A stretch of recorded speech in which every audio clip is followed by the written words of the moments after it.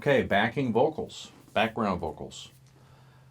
Where do you position singers if it's just you or two or three people? If you're going to have a couple of people, say you and a friend are cutting vocals, or you've got two friends and cutting vocals for you, put a mic on cardioid, okay? Get them some headphone sends. Have one person here and have another person here. Just have them standing next to each other. Boom, boom. And record them, and then after the first pass, listen to what you've got and see what the blend is like. Move them about if you need to. If one needs to be closer and the other further away, tell them. Make your mind up real quick of what you want to do when it comes to that. So with a couple of people, get them on one side of the mic. Or you do have the option of doing this. If you have a mic that has a figure 8 pattern or an omni pattern, preferably a figure 8, get one person on this side of the mic, one person on this side of the mic. Have your two vocalists coming from either direction on a figure 8 pattern. Get a blend between the two of them. They can look at each other, hear each other sing. They'll be able to see each other's phrasing, get it tight that way. Let's say you have 4 people singing. Get 2 on one side, 2 on the other. Put the mic in figure 8. Get the 4 people spread around the microphone equidistant at 90-degree angles. Put the mic in omni. Let them sing. Those are various ways of recording background vocals with one microphone. You have 2 people, maybe put up 2 microphones. That's up to you. That's a recording technique. Maybe that works for you, maybe that doesn't. If you do plan on recording more than just yourself, having 1 or 2 other people in the room with you, helping you get your amazing record sounding great, you need to distribute multiple headphones. Now, this right here is a Behringer headphone amplifier. They make several models. It's this one with the lights on right here. This helps distribute 4 headphones. You can feed it with 1 headphone send out of your audio interface or a line output of your audio interface. Then you can get different levels for each one of the people in the room so they're all comfortable. You know, they might bring their own headphones. They might have slightly different sounding headphones, or some might be louder than others. These things aren't expensive. You know, you can buy these brand new for like $100. That's the solution to getting multiple headphones in your room working, along with the headphone extension that of course will fail. One of the oldest tricks in the book when it comes to recording vocals is double tracking vocals. And there's a background harmony part that with some oohs on the song for what it's worth. And so I'm going to quickly track the 2 parts, but I'm going to double track each part to thicken it up a bit.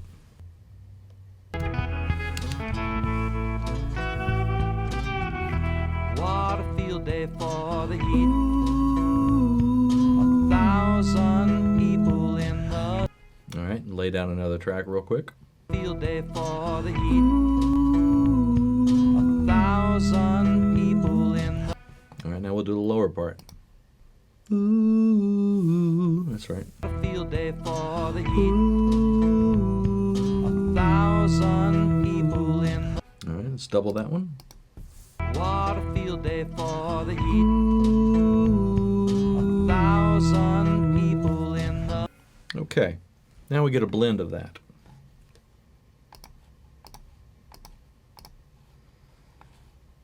So one quick way of doing this is we'll put all these guys on one VCA, on one fader, and then we'll solo this real quick, and then we'll get a blend here. So I'm going to put a high part on this side.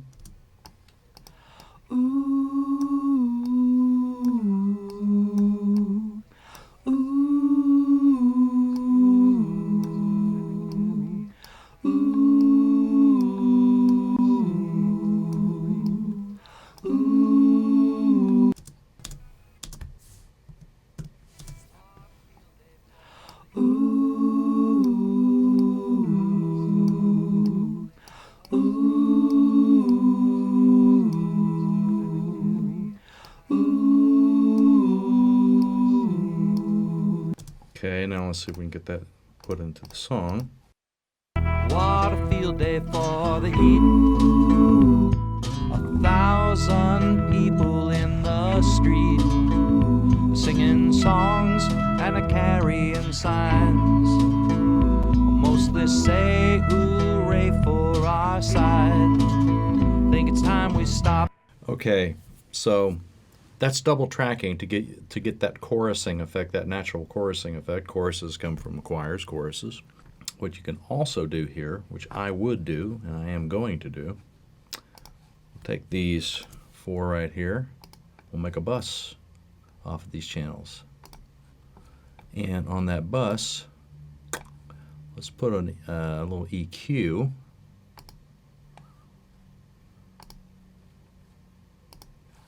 All right, because it's a little thick sounding.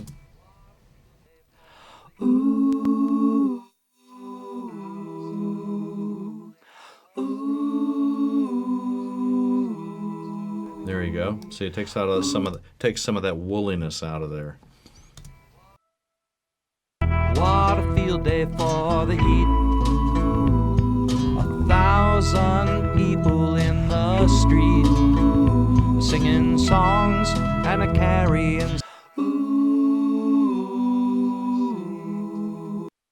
Of course, when you're doing oohs like that, it's better to have more than one person doing it.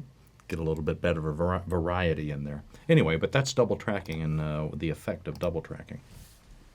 So just like anything else that you record in a home studio, since you don't have a separate control room from your recording room, your musical performance room, every time you're going to record something with a microphone, you need to record it, take a listen to it very quickly, keep recording with that microphone, moving the microphone around, trying different levels, trying different proximities, trying different microphones maybe, and listening, soloing what you're recording, and making sure that before you start committing to your performance that you've got technically everything under control to where you like the sound of what the microphone is capturing.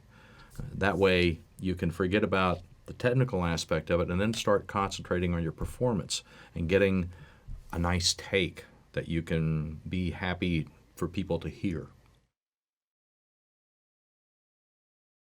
You saw that I was using a compressor when I was recording.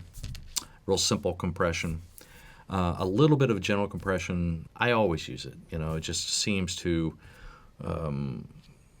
put the vocal that I'm recording into a little bit more confined space, which is a good thing because depending upon what the performance is, what I was just recording earlier in this episode was a very subtle, laid-back performance. There's times when I'm really belting it out, and I've got to use different techniques, but I always use a little bit of compression.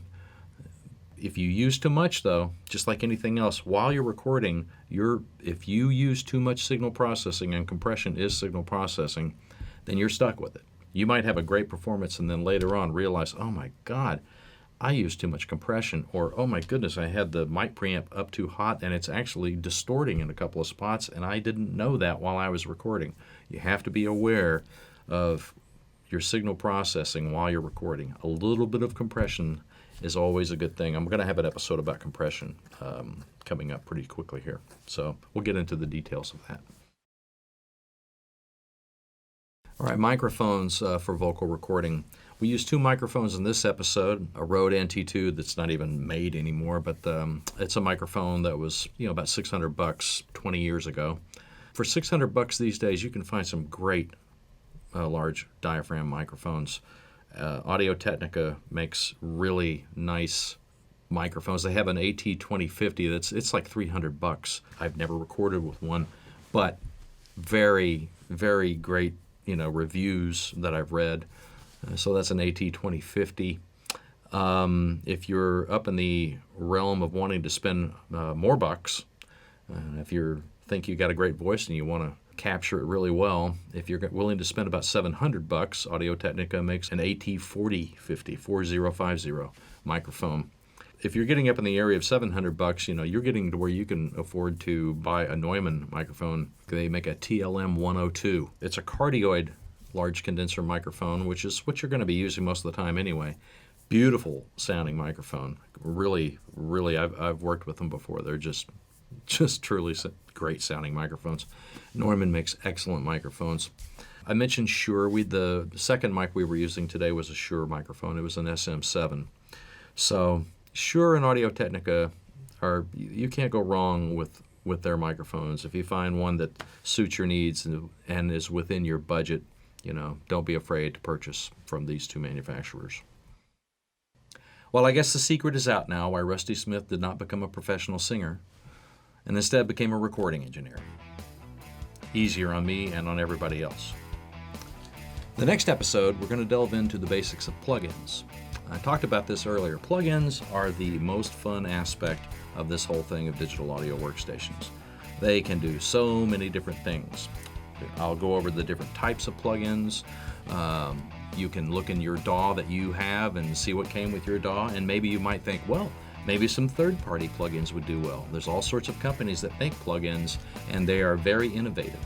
There are companies that make plugins modeled on older gear, and there are companies making plugins that do things that no gear ever did until plugins came into being. If you haven't done so, please subscribe and continue watching the Home Studio for Beginners course here on Record and Mix Repeat. I'm your host, Rusty Smith. Thank you for watching.